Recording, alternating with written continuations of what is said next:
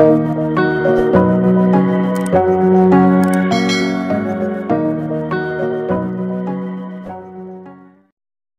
tahun 1988, Dwayne Daberly hidup dengan keluarga yang menyayanginya.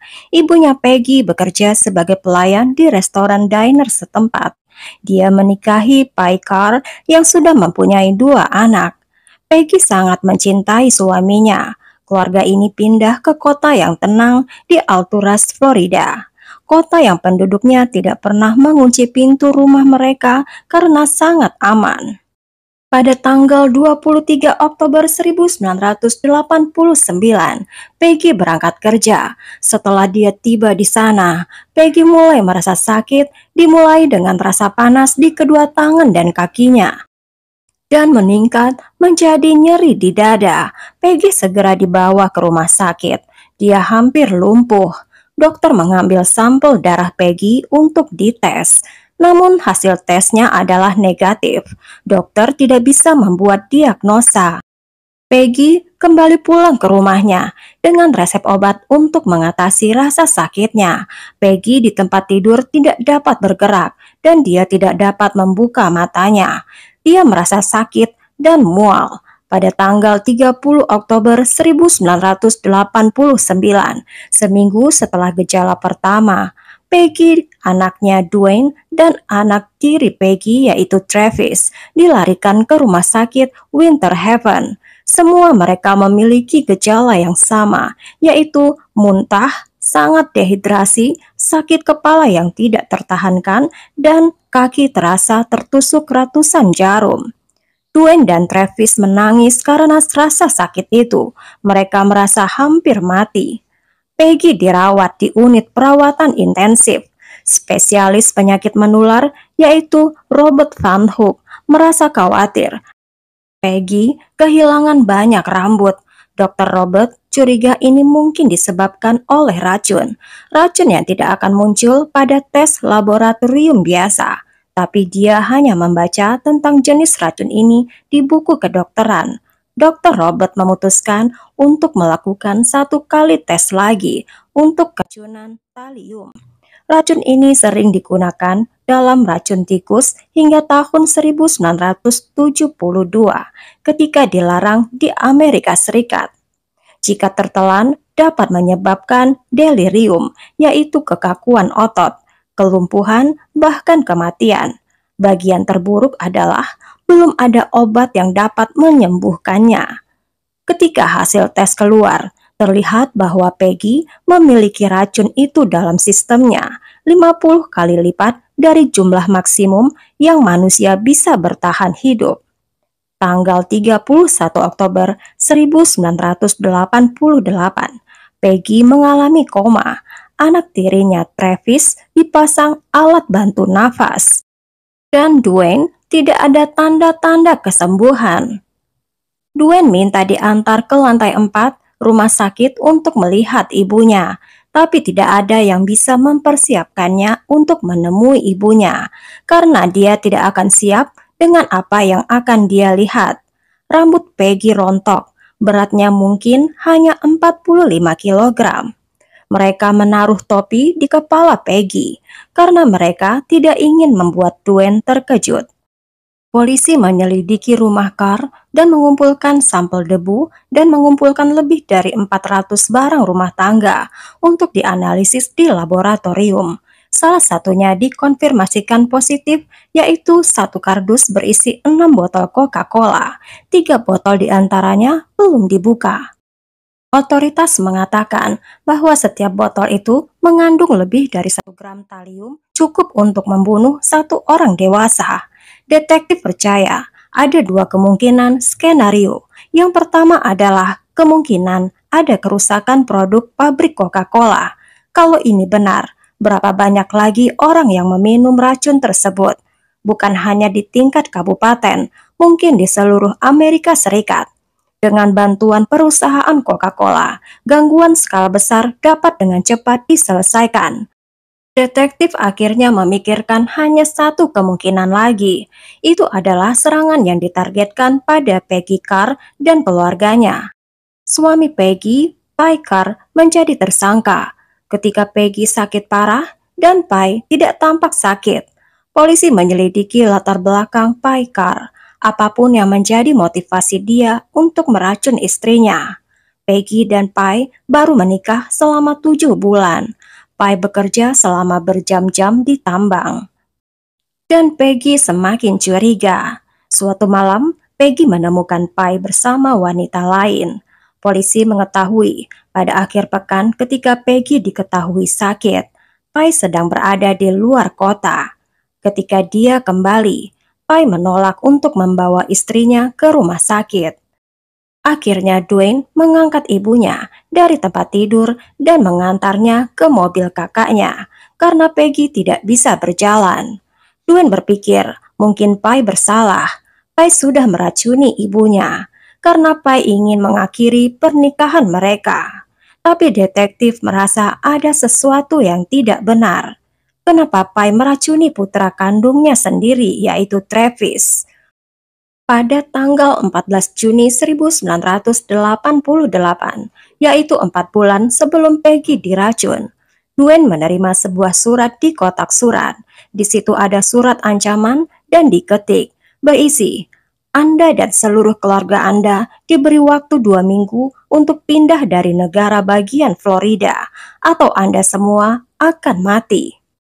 Dan di bawahnya tertulis, ini bukan lelucon. Anak-anak Carr dan Pai menertawakan surat itu dan mengira itu sebuah lelucon. Mereka tidak memanggil polisi. Surat itu ditujukan kepada Pai Carr dengan nama diketik dengan ejaan yang salah. Polisi berpikir, mungkinkah Pai Carr mengirim surat kepada dirinya sendiri? Kemudian polisi mengetahui kejadian lain beberapa tahun sebelumnya. 2 anjing keluarga ini mati dalam beberapa minggu. Kedua anjing itu sakit parah dan bulu mereka rontok. Polisi menduga pelaku melakukan percobaan pada anjing terlebih dahulu. Ketika kondisi Peggy semakin memburuk dan Dwayne serta Travis tidak menunjukkan tanda-tanda kesembuhan, anggota keluarga Carr lain menjalani tes talium.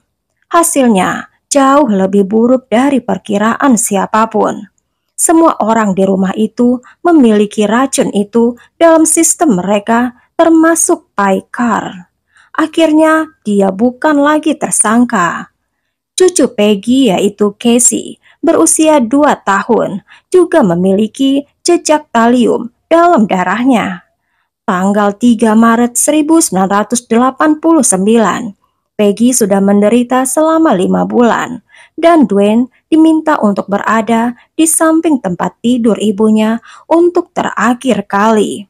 Keluarganya membuat keputusan yang sulit untuk mencabut alat bantu hidup Peggy. Peggy mengalami mati otak. Peggy meninggal di rumah sakit Bartow Memorial di usia 41 tahun.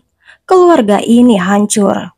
Sementara Dwayne perlahan pulih dari keracunan. Dia dan saudara-saudaranya dikirim untuk tinggal bersama kerabatnya. Pai dan anak-anaknya juga pindah. Rumah mereka di Alturas ditinggalkan. Kematian tragis Peggy merubah segalanya dan sekarang penyelidikan pembunuhan dimulai. Ketika FBI memeriksa botol Coca-Cola yang terkontaminasi, mereka menemukan sebuah goresan kecil. Hal ini menunjukkan bahwa botol dibuka dengan cermat, ditambahkan racun, dan ditutup dan dipasang kembali dengan ditutup rapat. Talium tidak berasa, tidak berbau, mudah larut, menyebabkan soda meluap dan endapan di dasar. Siapapun pelakunya memiliki pengetahuan tentang kimia. Ini adalah pekerjaan orang yang sangat cerdas dan sulit ditangkap. Polisi menanyai tetangga keluarga Carr dan masyarakat di Alturas. Tetangga keluarga Carr yang terdekat adalah George Trepal dan istrinya Diana. Ketika polisi mewawancarainya, George tentang keluarga Carr, reaksinya yang mengejutkan. George mengomel tentang anak-anak dan keluarga Carr. Polisi menanyai George apakah ada orang yang ingin meracuni keluarga Carr? Orang normal akan menjawab, "Saya tidak tahu." Tetapi tanggapan George adalah, "Seseorang ingin mereka pergi." George mengatakan persis sama dengan yang ada di surat ancaman itu. Tidak ada orang lain yang tahu keberadaan surat ancaman itu kecuali polisi. George membuat dirinya sendiri sebagai tersangka. Polisi mengetahui bahwa George adalah seorang ahli kimia otodidak dan istrinya Diana memiliki gelar master di bidang kimia. Keduanya adalah orang pintar dan anggota dari Mensa, yaitu sebuah grup masyarakat elit dengan IQ di atas 2% dari populasi. Polisi menyelidiki George lebih jauh. Diketahui bahwa George sudah menjalani hukuman penjara. Dia menjadi ahli kimia di laboratorium metamfetamin terbesar di Tenggara. Salah satu zat yang terbesar yang digunakan dalam produksi amfetamin adalah talium. Anak Peggy sendiri, yaitu Dwayne, tidak mencurigai George. Detektif mengetahui kalau George pernah bertengkar dengan keluarga Carr gara-gara suara musik yang keras. Kurang dari 48 jam dari pertengkaran itu, Peggy diracun. Untuk mencari bukti, salah satunya adalah mendapatkan pengakuan George. Tapi detektif berpikir itu tidak akan berhasil pada George, karena George adalah introvert, pendiam, dan tidak suka konfrontasi. Menginterogasi laki-laki ini hanya membuatnya tutup mulut. FBI menyarankan satu alternatif, yaitu seseorang harus menyamar dan mengakali si jenius bersertifikat. Detektif menugaskan agen khusus Susan Gorek ke dalam kasus ini. Dia ditugaskan untuk masuk ke dalam grup Mensa. Susan diperingatkan kalau George mempunyai ingatan fotografis, karena kalau dia sudah pernah melihat Susan, maka dia akan mengingat mobil atau wajah Susan. Dengan nama samaran, Susan masuk ke acara misteri pembunuhan grup Mensa pada akhir pekan, yang acaranya dipandu sendiri oleh George dan istrinya Diana. Susan menjadi Sherry Queen. Susan harus mendaftar di grup ini, dan George memberi Susan paket informasi akhir pekan. Pamflet itu dibikin oleh George sendiri, mencakup beberapa skenario pembunuhan berencana yang harus diselesaikan para anggota selama akhir pekan. Salah satunya adalah dengan racun. Salah satu paragraf dalam laporan ini mengatakan, ketika ancaman pembunuhan muncul di depan pintu, orang-orang yang bijaksana membuang semua makanannya dan memperhatikan apa yang mereka makan. Dan di depan pintu hanyalah tetangganya yang mengatakan, "Aku tidak menyukaimu, pindah," atau yang lain. Pesan itu hampir mirip dengan pesan yang diterima oleh keluarga Carr sebelum Peggy diracun. Susan tahu ini bukanlah suatu kebetulan. Susan mengajak George bicara, dan Susan memperhatikan setiap kata yang diucapkan George.